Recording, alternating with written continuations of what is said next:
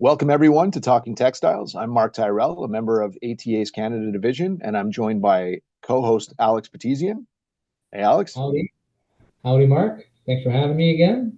Of course, of course. The goal of this podcast is to get to know a wide variety of positions and markets that make the advanced textiles world turn.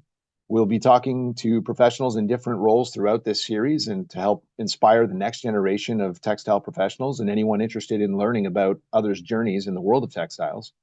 ATA offers advanced textile content throughout the year, including the upcoming Advanced Textiles Expo taking place September 24th to 26th in Anaheim, California. Please visit textiles.org/events to learn more.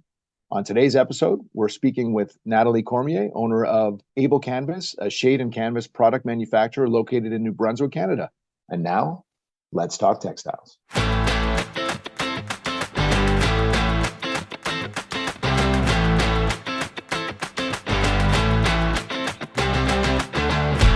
Hi, I'm Alex Petezian. Today our guest is Natalie Cormier. Welcome to the podcast. Thank you very much. It's a pleasure. It's fun that we get involved in all of these, so I'm quite interested to see how this is going to go. It's conversational. We just kind of want to hear from you about your experiences in the industry and specifically as an owner. And I think the thing that's always interesting on the podcast, it's one of the things I love. It's what I love in everything from movies to books to whatever we get into, but to kind of hear the backstory, like the origin story of the person that we're talking to. I mean, you obviously have a business, and by my estimation, a successful business in the industry. But we'd love to know how you came to that point, and honestly go back as far as you think is relevant into your career, what you did before, how you came to it, and what made you pick this path. Excellent. Yeah. So Able Canvas has been in existence for since 1991. And the previous owner, Luke, was very much involved. He started as he was a cordonnier. So what's a cordonnier in English? I think it's technically a shoemaker, but I know shoemaker. There we go. It means a lot more than that when we get into it. Exactly. So he was a shoemaker. He would fix shoes, and the bulk of his work was to repair hockey gloves. And that's what he did. He did repair shoes, and he did hockey gloves. He did tons of hockey gloves. And the industry in this area here was not very known. So he had heard about other products, about vinyls and acrylics and stuff like that, but he was very basically focused on just the shoemaking part of the work. Back then, he was him and one other employee who is still with us 32 years later. So they started doing that for a number of years, probably 3 years or so. And then he kind of started meeting with the Tricans of the world and the LaSalles and all these people, and was researching what else he could do with these products, because it was not available down in this neck of the woods. Remember that Grand Barachois in New Brunswick is a very small community, 25 minutes from Moncton. So we had somebody doing some work in Moncton, but that was it. So that's how it all started. And then 14 years ago, it's kind of weird. I'm the type of person that every single job I've had in my life since I graduated from college, I was always thrown into these weird jobs where it's almost like I had a blindfold, and that's who I am. I like a challenge. And so my mother-in-law, who was doing the accounting part of when Luke owned, came to me one day and she says, Natalie, do you want to buy a business? And I was like, okay. My parents were in business all of their life, so I knew what it was a little bit. And I had no clue what I was getting into, really, because I had worked as a secretary my whole life, and I was ready for another challenge. And my husband is a fisherman, so he had no idea either. So everything was so new to both of us. And I said, do you want to try something new? Do you want another challenge? And he said, yeah. So we did the business plan, and here we are, 2024. So it's been I remember I bought in June, and Luke was around for about a couple of years to kind of guide me and stuff, but he stuck around for a little bit. I think he stuck around for about 6 months, and then he says, here, go ahead, learn stuff. So I would, but unbelievably, I would go home with the Umbrella books, and I would go home with the vinyl books and the sample books from all the other, suppliers, and I would learn. That's how I did it. And I feel that there is kind of no other way to learn than to learn your own way, than to have somebody in the background try to explain certain things to you. So that's who we are. We had some hiccups along the way. In the textile industry, in the marine industry, we have to remember that here in Atlantic Canada, there's no boating in the winter, and there's no camping in the winter, and none of the stuff that happens in the summertime when the big rush is happening is non-existent here. So initially in the wintertime, it was extremely slow. So now we're thinking, like, how are we going to do, the year-round thing with this kind of work that we're doing? And so, we started, we did build some little shelters, because we do our own welding here in our shop as well. And we came up with this little production line of a different product that keeps us going in the wintertime. And in the last number of years, I was just busy with word of mouth. So I didn't want to, when you're swamped with work, you don't want to add more to your workload. And the other thing too, with the kind of work that we do here in the canvas industry, in our neck of the woods in New Brunswick, the industry is it's not dying, but there's not a lot of us left doing this kind of work. So I feel that this is where I think we need to work on trying to get more of that skilled workforce, and to get more of these businesses around, so that people like us don't get, because there was another sewing company or a canvas shop in a northern part of New Brunswick, and they actually closed about a couple years ago, maybe 4 or 5 years ago. And so there's kind of only a few of us left. So you mentioned, Natalie, so you've been the owner about 14 years now? Yep. So I'm starting on my 14th year. Yep. So would you say like the biggest challenge is that workforce, or are there other big challenges like finding employees and I mean, there are employees available, but to get the skill that we need here in the kind of work that we do, they have to be creative. They have to think outside the box all the time. The majority of the work that we do here is never the same. I cannot say, well, I'm going to build a flower filter, and then the other bakery is going to use the same flower filter. So we constantly have to be creating and being innovative. And that kind of skilled workforce, like, I mean, there's none around here for sure.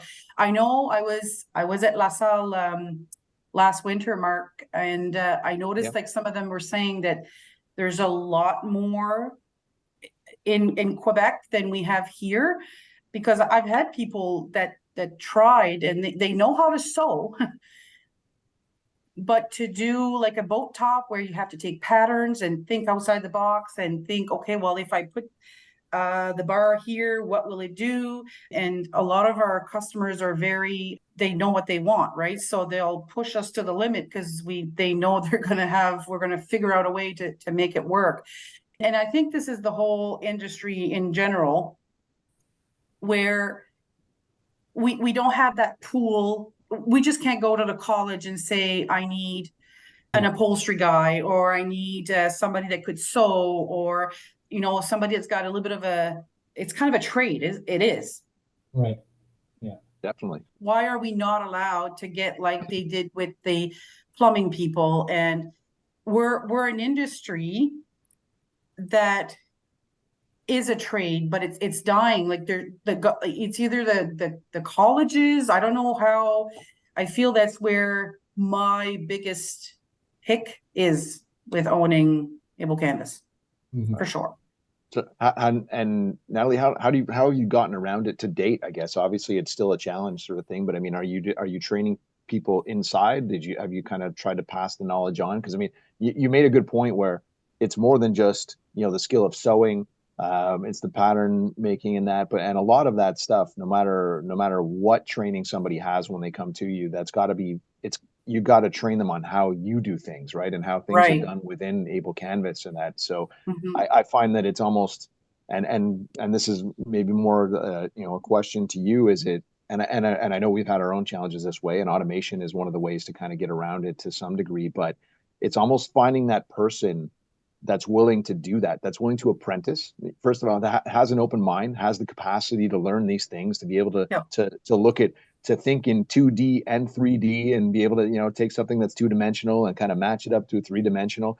And it really is like a special skill, and it takes like quite a bit of learning, and it's, what I mean, like, and I feel like there is maybe the biggest difference. It's fine, if you can even just find that blank slate, that person that will stick around for a couple of years and learn from that other person, because there certainly is job security in it if they can tough it out. Oh, of course. And I remember when I bought Able Canvas, I didn't understand why he had said that to me, but the first thing he said to me, he says, I hope that, because he was not known in the area, and he says, I hope that you are able to find the skilled labor force that you need. And I was like, I was kind of didn't know what was happening. And I'm thinking, why would he say that to me? But now, as the years go by, I have one of my employees, a guy who's been with us for 30 some odd years. He will teach. I have a new guy that started about 3 years ago who, he's very creative, right? So he's an artist. So everything is very easy for him to learn.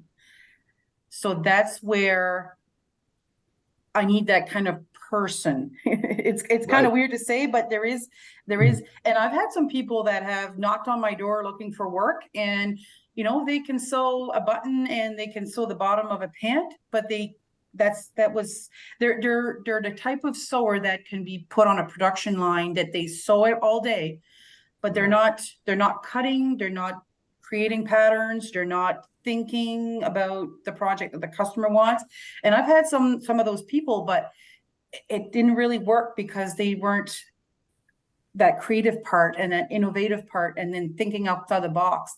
They just, it wasn't there. We kind of we don't have that old factory style where you're sewing a button and then it's going to the next spot. It's custom things today.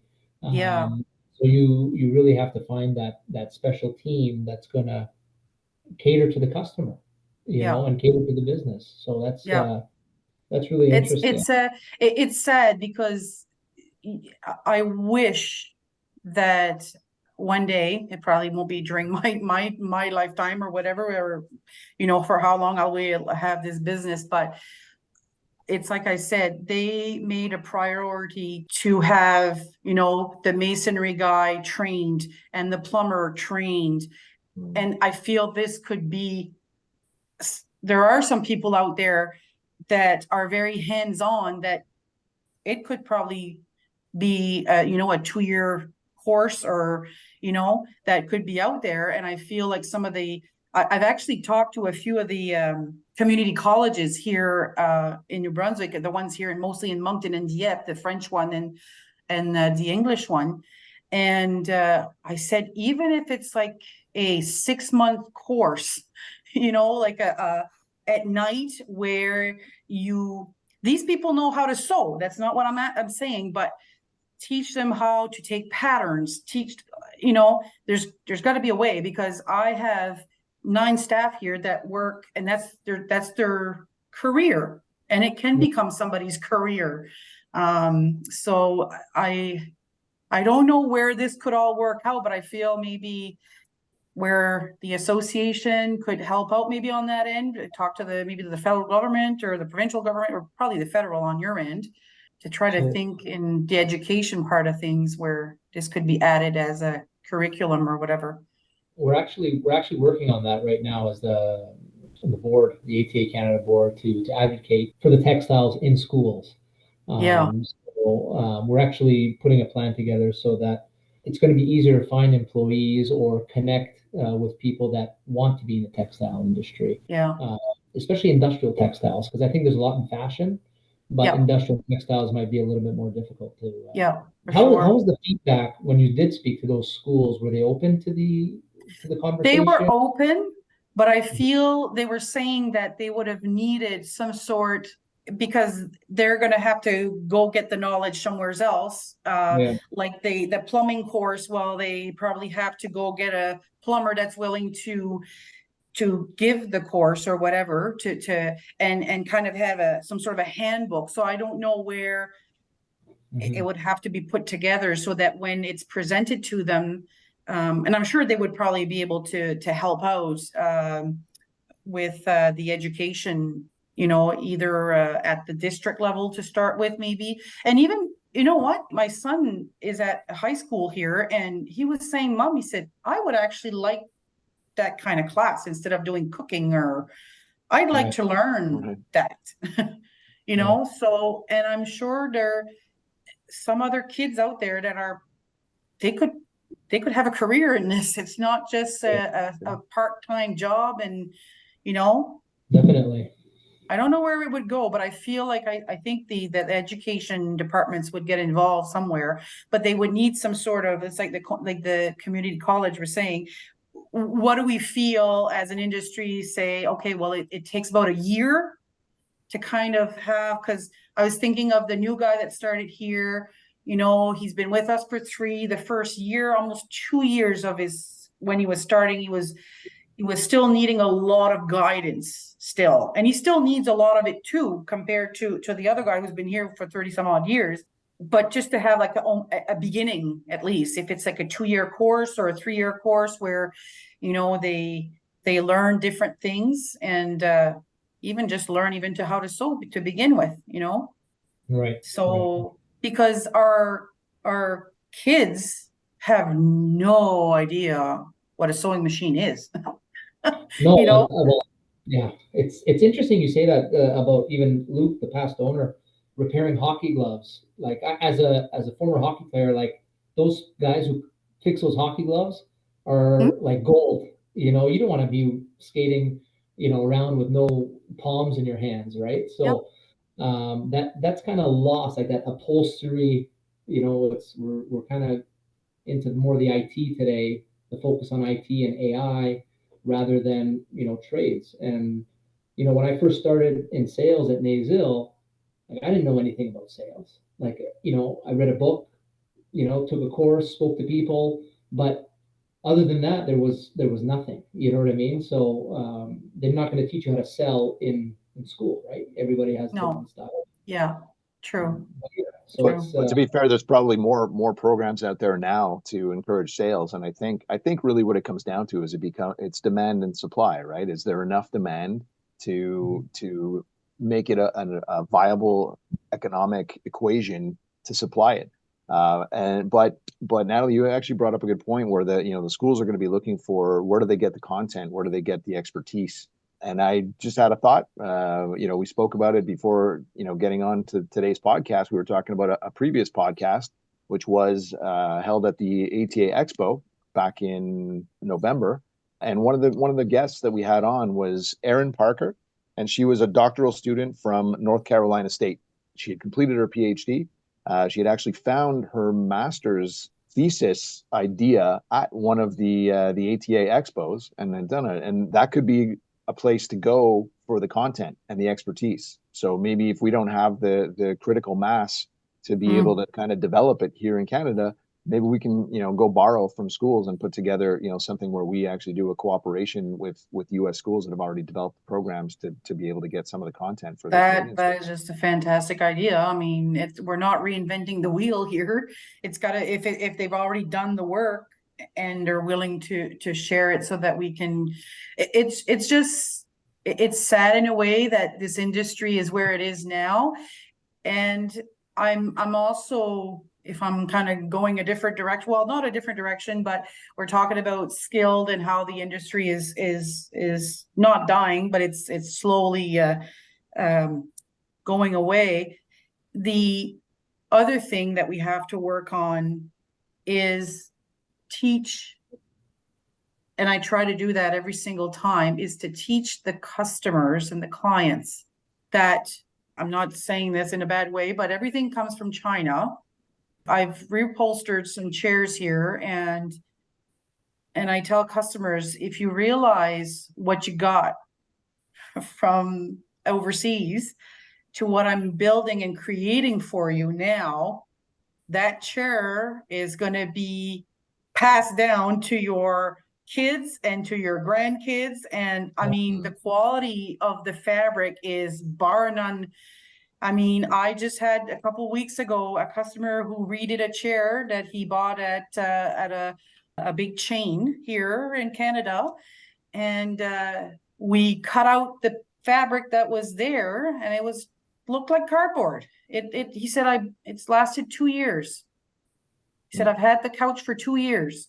Yeah, it's just like those store-bought gazebos, right? Like, and then and they balk at replacing the cover, but if they've got a good frame, it'll now last 15 years instead of 2, right? And once the customer understands where I'm going with all this, then they're like, oh yeah, for sure, it makes complete sense. Some of them will understand and they will go with the umbrellas and the really good stuff, and they'll do triple the amount of time on their fair or gazebo or cushion or whatever. So that's another part that I always said, and I try to do it with every single customer I talk to. Yes, you paid less, but once I fix what you have, you will have something that's worth way more, and it's going to last forever. I will not see you again, type of thing, right? Yeah, that's it. It's sort of like, yeah, well, look, if you want to keep repeating the process, go back and buy another one where you got it at that price, and you can, and you can 2 years from now do the same thing, or you can do it once and for all. And but people have to understand 20 that, years total later, cost. Right? Yeah. It's definitely, something that we've gone through as an organization as well at Nazel, is manufacturing in Canada and competing with all the imports, and eventually your customers, what they need, and you try to do the best that you can. But in your case, it's very custom stuff. It's, can you fix this? Can you help me out with this? So you probably see a lot of different types of products. I just worked with the local school district. We helped them out to prepare a room, where this kid can, it's really sad. Like I couldn't believe that it's there, but we were able to help out building a room where he would be safe when he's not feeling well. So we padded the whole room, floor, ceiling, everything. I was talking to district after, and I said, they had brought this stuff in from a company in Florida, costing them an arm and a leg. And I said, I'm right here. Yeah. I am literally in your backyard, and I've done exactly the same thing they would have done here in Canada. You can call me if something happens. You don't have to get the other company from Florida to help you out. And 3/4 of the price. And also you're part of the community too, right? Yep. And it's like I tell you guys, like it's the education to the consumer. They still don't understand, well, yeah, I only paid $300. Yes, I know my cover is probably going to be $1,000, but your cover lasted 2 years and mine is going to last you 20. And you're going to be able to clean it, get it cleaned, waterproofed, and it's going to last you another 15. So it's slowly changing. The consumer seems to start to understand a little bit, because I'm out there. I'm constantly, like, when I'm going to these home shows, I'm trying to explain to them, There are some good materials on there. Yes, it will cost you a little bit more at the beginning, but if you spread it out on a 20-year span, this thing is costing you nothing, you know?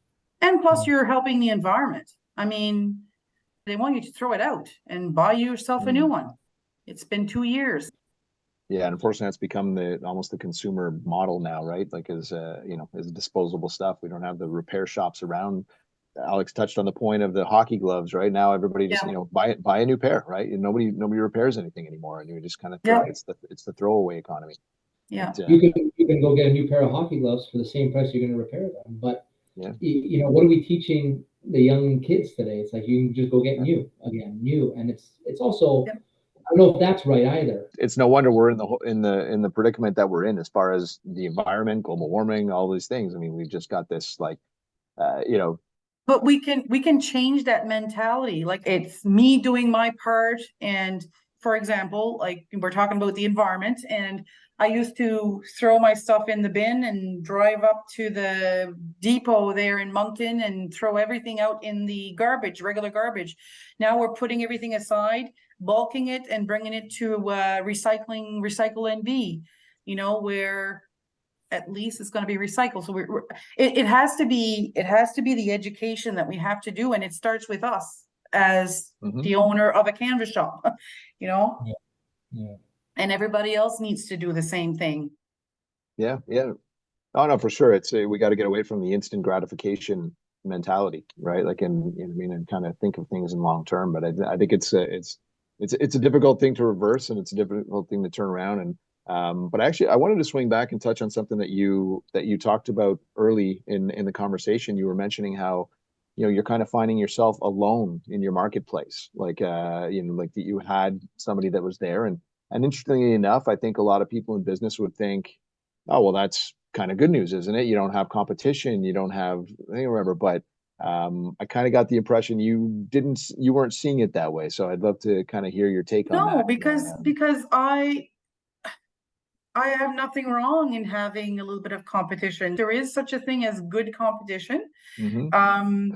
But when it comes to a point that when you're by yourself, you don't have the skilled people to do the work, the workload is coming in, then you're, at one point a couple of years ago, I was like 8 weeks behind. The workload, like the pile of work orders, they were just like, it was flying in. And when you have the competitor there and you can share the workload, then then the consumer is happier because I can produce stuff and have it ready in 2 weeks instead of 8 or 9. I'm not scared of competition. I feel that it's good that there is a little bit of competition, until the big, box stores show up or whatever. But I that's not that kind of work that we do. Like the gentleman that was in Bathurst when he decided to retire, he didn't teach anyone. So he just said, I'm 82 and I want to retire. Right. Which at the age of 82, we probably can't blame him. But at the same time, if at some point he had thought about it previous to it. Yeah. Right. So that's where this teaching thing comes into play, either from the colleges or something where even with me as a business owner right at this moment, I've been at it for 14 years. I plan maybe another, not gonna lie, I'm 47, almost 47. So I'm, another 10, 20 years to 15 years. But who do I sell it to? Right. Yeah. There's no, they call that la relève, the next generation. But la relève of where? Yeah. You mentioned that your son seemed interested in picking up the trade. Possibly. I'm not saying I don't want to force him into it either. But I just I don't want to be mean, but I was kind of this stupid one that just kind of said, okay, well, let's try new. There's not everyone is like us that will say, I want to try a new challenge, and this is going to be my challenge. Right. No, I think you're right, but I do believe those people are still out there, and it's just a matter of finding them. And to the point you made earlier, it's a character thing even more than the skill set, right? Like you have to have a certain mentality. You have to have that entrepreneurial mentality that takes two or whatever. And I'm actually even a little curious too as to why your mother-in-law even thought, given your history, and you just kind of worked for people all the way along and maybe done different things. You didn't give it, you know, you mentioned as a secretary. I'm wondering why did she even think of you as the person to buy this business that she was working in? Because that's who I am. Like I love challenges. Like and sometimes I wonder, like, Natalie, what are you doing? Like, but I really, like, I remember I was scared. I was really scared, and I had no idea what Sunbrella was. I had no idea an inch to an inch and a quarter. I was plucking numbers in a computer and answering phones for 17 years of my life. And I wanted a new challenge, I guess. I don't know. Right. Yeah. So the challenge is to, you know, find somebody like yourself. Yeah. Yeah. I was Yeah. gonna say, growing these challenges, right? Like we, I helped a customer in Quebec, a small upholstery guy, sell his business to a customer in the US. So they Mm. were a good fit during the pandemic. The man was 65 and he told me, "Hey, I want to retire." And I said, "Well, I know somebody who's similar to you. Would you be open to selling?" I said, "Sure." Made the conversation happen, and it's about finding that right mesh, right? And they bought the brand and machinery, and so But I wish that it would stay here in Atlantic Canada, is what I'm saying. Right. And yeah, in Atlantic Canada, like I'm in Barachois, and I'm 45 minutes to the bridge to PEI. There's nobody in PEI. I have people sending me stuff from Newfoundland to New Brunswick so that I can fix, and then I send them back. Right. So that's what I'm saying. Like, it's not that I don't want to be bought out by another company from the States or whatever. What I'm saying is I wish that it could grow again and become what it was, so that here in Atlantic Canada mostly is we wouldn't be struggling as much as we are. hmm hmm So that's where I'm kind of saying, where the whole teaching thing, where some of the younger kids could get involved and think of this kind of work as a career. Right. yeah, it's Yeah. entrepreneurship as well, right? It's Yeah, teaching. exactly. Yeah. And one of the other solutions too is to as much as possible to try and maybe work in a network, like to Alex's point with the US customer. I don't know if they ended up shifting the business entirely to the US, but you know, maybe it's a matter of some of the manufacturing goes somewhere else in order to kind of help support if you don't have the labor to do that, maybe bigger jobs. You know, you mentioned when you were here last year, Natalie, you spoke with folks from Quebec, and they seem to be having a bit of a better time in terms of finding the skilled labor. And to be fair, you know, we've seen it here too. It's a little tougher sometimes in the outlying regions, a little bit easier in the cities, especially where you have immigration and you have people coming from different Yeah. places with different skills. So some of that is honestly, I think the way to help it survive is to kind of work in a network. You know, it's in their best interest too to maybe even help you, whether it's, you know, sending somebody here for training or grabbing somebody, you know, from Quebec that maybe would like to move out to New Brunswick and True. bring their skills with them. And in some Yep. cases, you know, for bigger jobs, maybe part of the job gets done here. We offer that as, you know, as a service to our True. customers as well. You know what I mean? In a contract manufacturing basis, just because we do have some of that labor or that the critical mass to be able to update technologies and, you know, and take it forward. And I Yeah. think that's the other thing that our industry is now looking at too is needing to upgrade technology in order to move forward, in order to replace some of that skilled labor and some of those skills and do it in an efficient way. Yeah. We And really we have and we talk about technology with the little mini split shelters that we build in a production line now.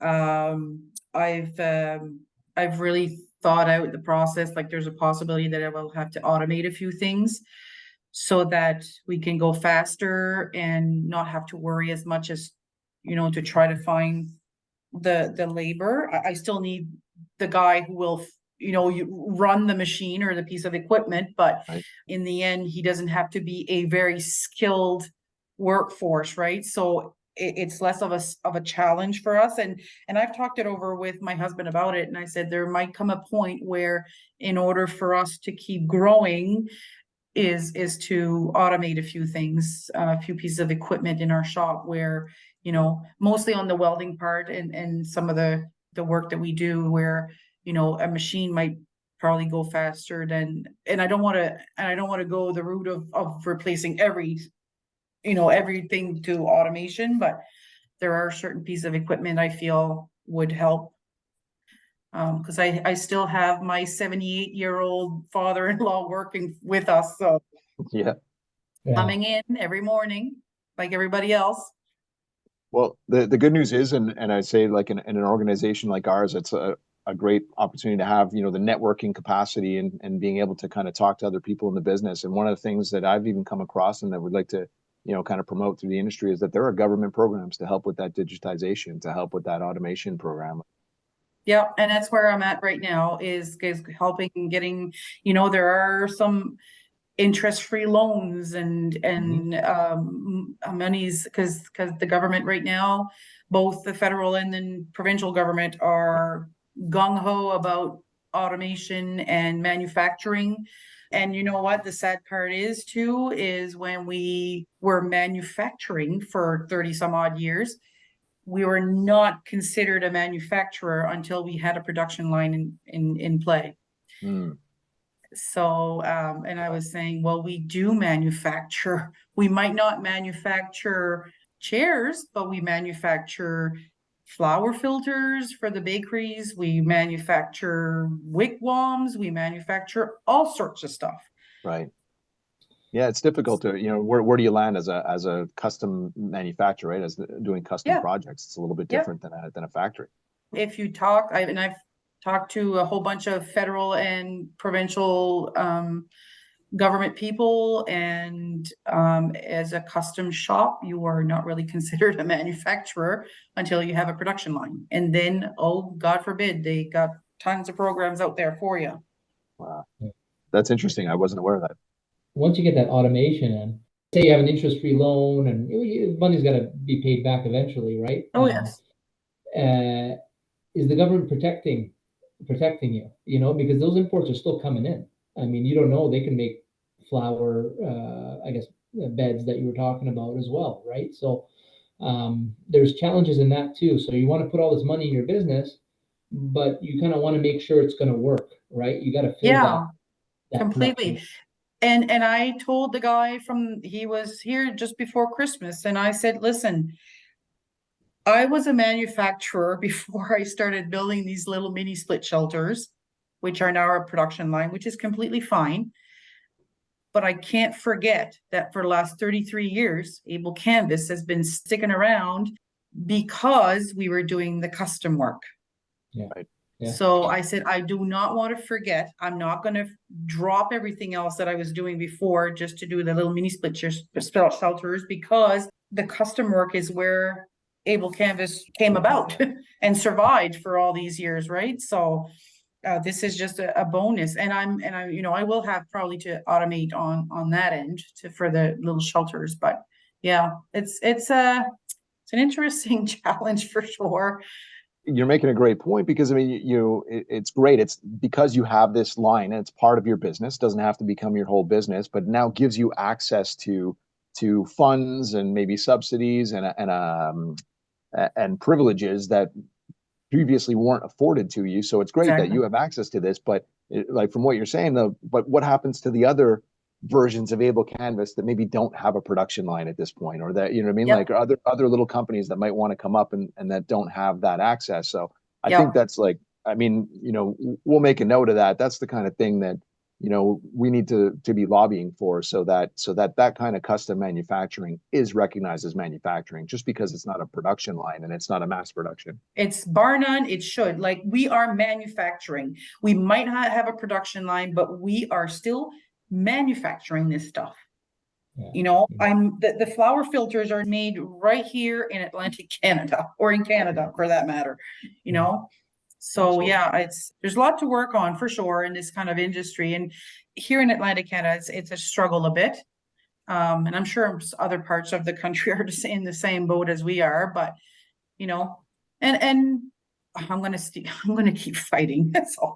That's who I am. Well, is it honestly, like, whoever wants to listen to me, I will just talk their ear off. Natalie, honestly, your passion is coming through incredibly, and that's one of the things that we love and really want to tap into with this podcast. I'm going to change gears because there's something that we haven't touched on that I really wanted to in this, and I love the way the conversation has gone. The contributions, so appreciated. Really, like I can tell you're thinking about the industry as a whole, and you're thinking about companies like your own, and and how do we keep it going, and that's amazing. But the other thing that I wanted to touch on is I mean, maybe less and less so now, and that's a good thing. But and especially when you got into it, it's a pretty predominantly male industry. And all of the company owners that we've spoken to so far on the podcast have been men.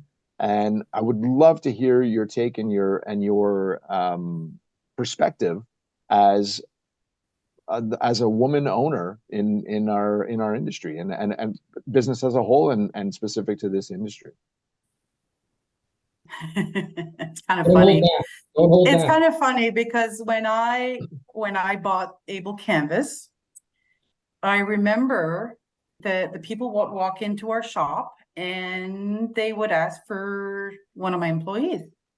And I kept saying to them, initially I would say, well, I'll go get them.